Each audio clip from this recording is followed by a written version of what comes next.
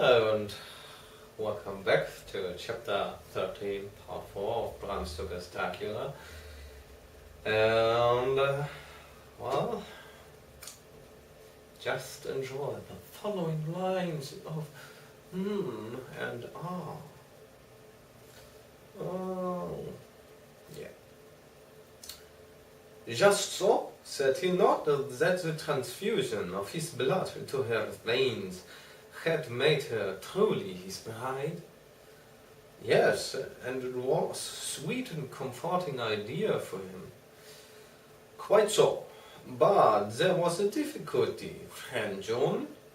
If so, then what about the others? Ho ho, then this so sweet maid is polyandrist. And me, with my poor wife, dead to me, but alive by church's law, though no wits, all gone. Even I, who am faithful husband to this now no wife, am bigamist. I don't see where the joke comes in there either, I said, and I did not feel particularly pleased with him for saying such things. He laid his hand on my arm and said, "Friend John, forgive me if I pain. I showed not my feeling to others when it would wound, but only to you, my old friend, whom I can trust. If you could have looked into my very heart then, when I want to laugh, if you could have done so when the laugh arrived, if you could do so now when King laughs, have packed up his crown and all that is to him, for he go far, far away from me, and for a long, long time, maybe you would perhaps pity me the most of all." I was touched by the tenderness of his tone and asked why. "Because I know. And now we are all scattered, and for many a long day loneliness will sit over our roofs with brooding wings. Lucy lies in the tomb of her kin, a lordly death house in a lonely churchyard, away from teeming London, where the air is fresh, and the sun rises over Hampstead Hill, and where wild flowers grow of their own accord. So I can finish this diary, and God only knows if I shall ever begin another. If I do, or if I ever open this again, it will be to deal with different people and different themes, for here at the end, where the romance of my life is told, ere I go back to take up the thread of my life work, I say sadly and without hope, fini." The Westminster Gazette on 25th of September. A Hampstead mystery. The neighborhood of Hampstead is just at present exercised with a series of events which seem to run on lines parallel to those of what was known to the writers of headlines as the Kensington Horror, or the Stabbing Woman, or the Woman Black.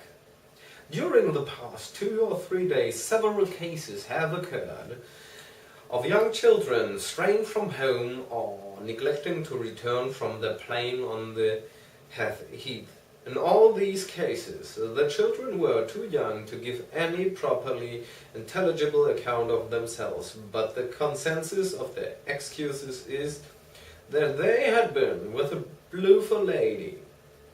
It has always been late in the evening when they have been missed, and on 2 occasions the children have not been found until early in the following morning. It is generally supposed in the neighborhood that, as the first child missed gave as his reason for being away that the blue-for lady had asked him to come for a walk, the others had picked up the phrase and used it as occasion served. This is the more natural as the favorite game of the little ones at present is luring each other away by wiles. The correspondent writes us that to see some of the tiny tots pretending to be the blue-for lady is supremely fun.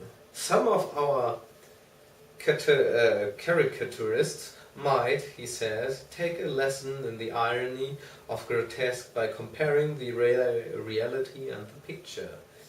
It is only in accordance with general principles of human nature that the Blue Lady should be the popular role at these alfresco performances. Our correspondent naively says that even Ellen Terry could not be so winningly attractive as some of these grubby-faced little children pretend, and even imagine themselves to be. There is, however, possibly a serious side to the question. For some of the children, indeed, all who have been missed at night have been slightly torn or wounded in the throat.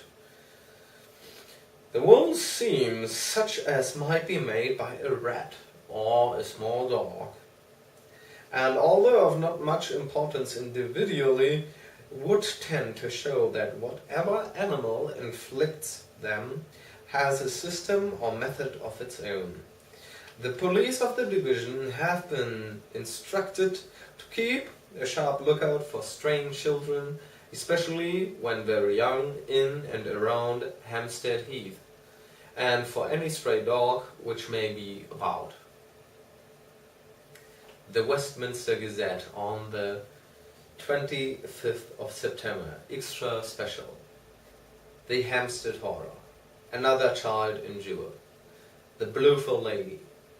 We have just received intelligence that another child missed last night was only discovered late in the morning under a furze bush at the Shooters Hill side of Hampstead Heath, which is perhaps less frequented than the other parts.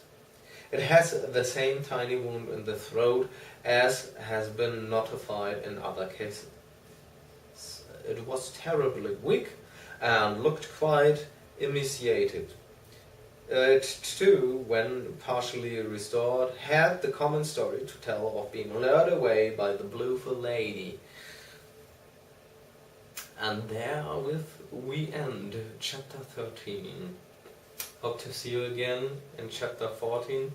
And don't forget to subscribe to the channel so you will be remembered when the new part's coming out. And also, please, I would like it if you like this video, and yeah, give me some more motivation to be even more inclined with reading the books and stuff, and well, show me some reaction on this whole stuff, and we will have a happy daily time with fishes and rainbows, as I like to say. So, next time, chapter 14. Hope to see you soon, and have a good day, have a nice day, have fun in the sun, or with everyone. Well, yeah, goodbye.